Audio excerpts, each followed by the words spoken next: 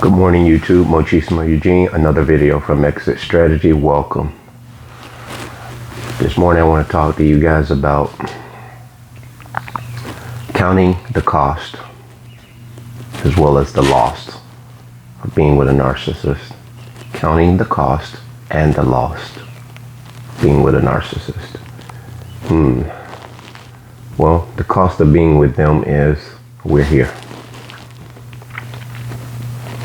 The cost is coming to a point in that situationship where things just don't make any rational sense.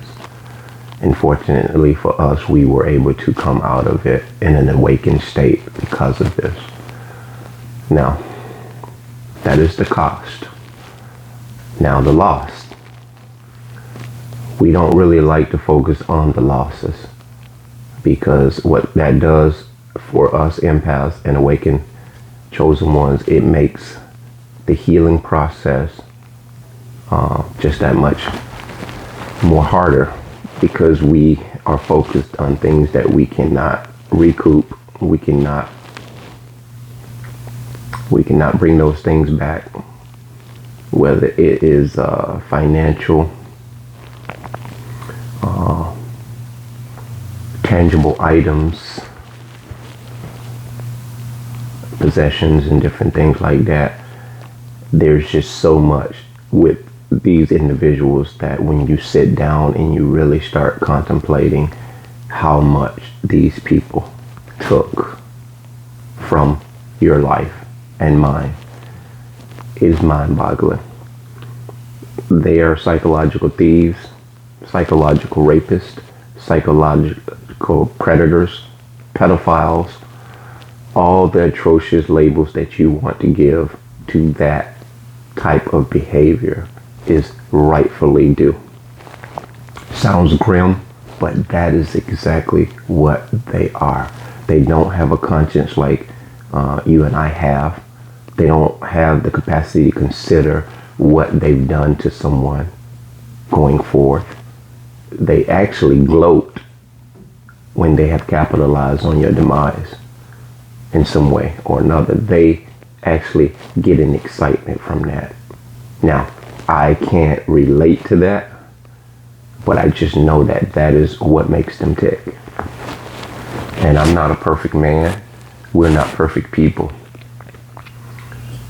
But that has nothing to do with what we're talking about as far as a disturbing disorder. And they call it a disorder.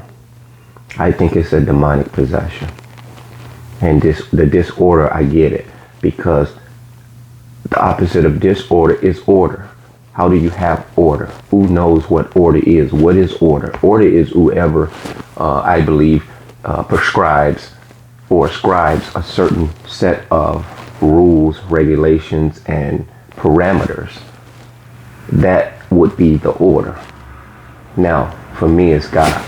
For me, it's living in a moral society. Thought it was raining. We've had so much overcast here, which has been beautiful for the farmers. Too much sun for crops is not good, but we do need an adequate amount of it. So let's just thank God for all the weather we're having right now. But they have no capacity to reason and rationalize how their behavior, well, actually they do rationalize it. And to them, their behavior and what they've done to other people, it makes perfect sense to them. It makes perfect sense to them.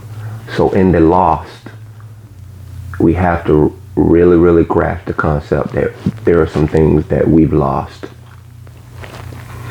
that are pretty much to our benefit in a lot of ways.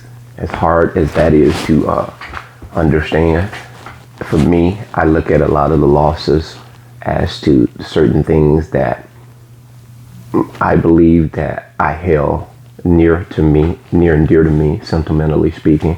I mentioned in a video before, there were some Christian artists that I had an opportunity to go see.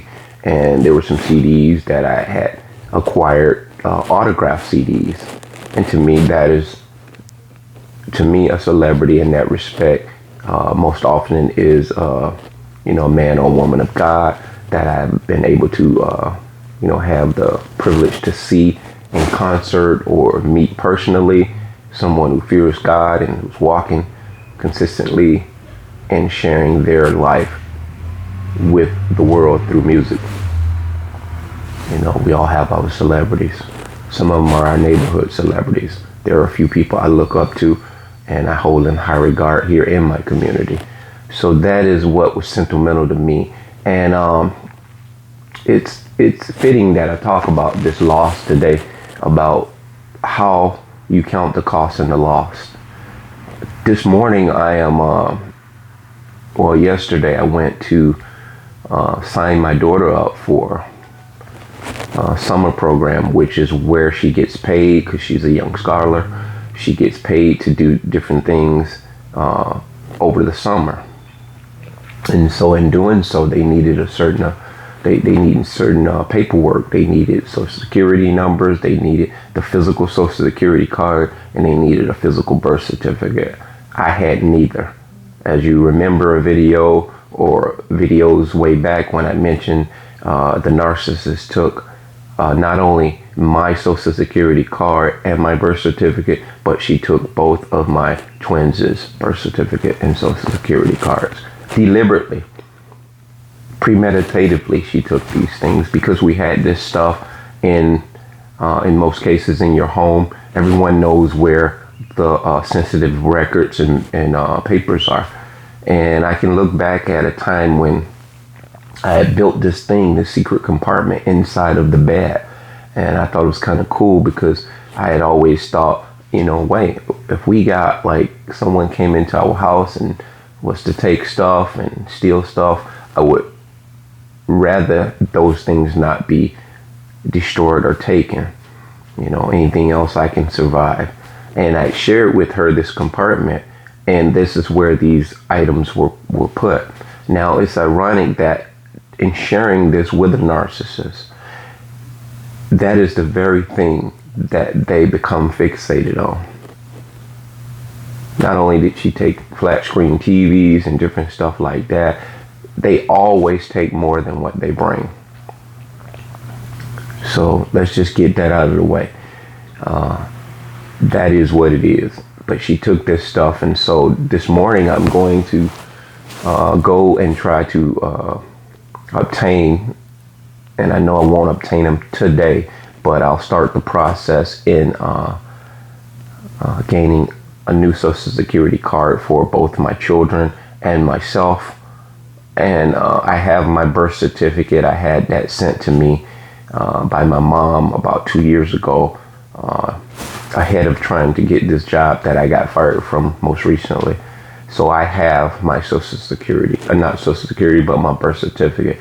So I'll try to obtain their Social Security cards and birth certificate today, as well as my Social Security card. It's just laboring to have to go do this stuff, and it's been here, the beginning of 2020 until now. So I haven't had a need to go do this up until this point. So that being a loss is it's a big deal. But had this situation not happened with my daughter needing these papers, I probably would have procrastinated and put this off longer. So it's probably time to go get them, just as well as the divorce. I haven't yet attempted to do that. I told the story of the video where I had gotten $5,000 blank check or check written out to cash by these so-called friends that I inevitably discovered just by my understanding of what narcissists are and the behavior. I determined that they too were narcissists. Now, this is something you cannot make up. At the point when I discovered not only the lawyer that I went to retain with the blank check, ended up consequently discovering he was a narcissist. And they recommended him to me, but I had known his father years before on another situation where it regarded tenants and having to get them removed. And I didn't know prior dealing with his father that the son, in fact, was a narcissist. And this is all just cues and behaviors in one sitting with this individual. Actually, the next sitting or the next visit is when I discover it's like these people, their behavior will jump out at you. It will jump out at you and it will be undeniable. Anyone who's had this experience, I really want to see it in the comments, because I know that someone, if not many of you all, have experienced this. As you elevate your intuitiveness, you elevate your vibration, you will undeniably see these people for what they are. It is like God is ordaining you. He is ordaining you and sealing you with that protection. It's the best way I can explain it. And you'll find yourself, when you realize that these people are narcissists, you won't explain it to anybody. You don't need to have anyone else's endorsements. You don't need to have anyone else back up what you see and what you believe, because most often, if you share this with someone, just like with my children, a lot of the things that I have labored and I am laboring to try to help them understand by way of connections and friends on a practical level, I know that they don't connect with it. I really do know that they don't connect with it. And that's fine. That is fine in the sense that I know my patience has to be strong. It has to be strong. And I don't want to push and I don't want to press too hard, which I, in fact, think in many cases I am pressing a little bit harder than I should. But it's because of that, I want to say the fear. The fear of someone mistreating or hurting or harming your child or your family member. You take issue with that. So the fear can't be so reckless to the point where I continue to press them in a way where it become incomprehensible to them. They are not able to tune in. They're not able to digest what I'm saying to them. So I'm praying to God that he helps me to extend this information and this insight to them in a good way, in a healthy way. I don't want to lose my children's respect and appreciation for me as a father in trying to help them understand that the very people that you think are your friends are not.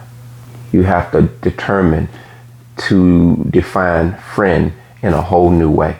You have to redefine what friend is to you. And it may mean some hard introspecting and some soul searching and shaving the fat off of your friend circle. And most often you will discover that some of these people that are in your circle, they gotta go. They gotta go. And you don't give them the memo. You don't say, hey, I'm sorry, I wish it would have worked out. No, you don't let your sympathy or your empathy stand in the way of your common reasoning, your common sense, your common rationale. You definitely gotta take the appropriate actions. So this is the part where you count the loss, but count the loss in a beautiful way, because what you've lost in respects to possessions, sentimental belongings, and even in many cases, you've lost a big amount of your sanity and your health. What you have to understand is some of the things in which you realistically know you may not be able to fully and wholeheartedly recapture. You can, however, begin where you are and try to dig deep, maintain the dignity that you have, and continue to press forward.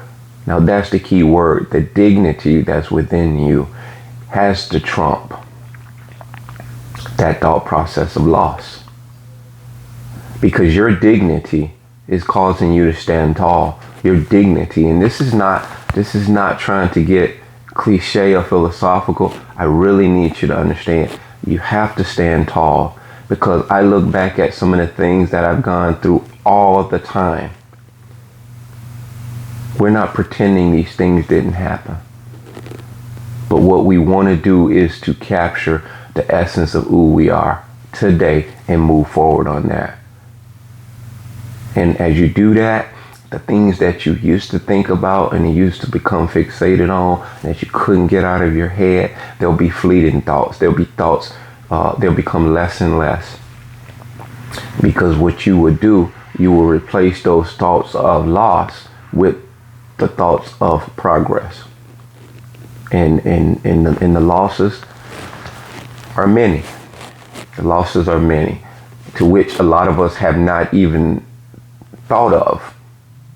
They'll come. These thoughts will come, and you'll be like, wow, I had forgotten about that. I hadn't thought about that. That is just a natural progression of your healing, because now you're in a settled state where you don't have the distractions of the narcissist or any of their stench. So you're able to really, really introspect on you. And in introspecting on you, these thoughts come. But these thoughts come because they are a big part of your healing. They have to come. It's like cleaning out your closet. Like the Eminem song, I'm cleaning out my closet. I believe that song is him dumping all of the baggage that has been weighing him down all of his life. So he's throwing it out there. And when you're going through your house and you're doing spring cleaning, or you're doing an overhaul of your house, or let's say if you're moving, physically moving from one residence to another. This is what you have to look at your life as, from moving from that narcissistic abusive relationship. You're moving on. You discover when you're moving and you're packing things that you had forgotten about, things that you had packed away. And we're using this as a metaphor. You pack these things away in your mind that the narcissist took you through. Say you were married for 10, 15 years, 20 years. There's no way possible for you to think constantly of every single thing that these people took you through in 20 years. But as those thoughts come, you have to process them, and you have to pack them away or throw them away. But you have to get rid of them. But in getting rid of them, you have to process them. You have to think on this thing. You have to think on it and process it, and then get it out of the way and get it out of your life. Now, I hope that this video is really helpful to somebody, because as I said today, I have to go and endeavor to get vital paperwork for me and my children that had gotten taken away when the narcissist left. And this is real life, guys.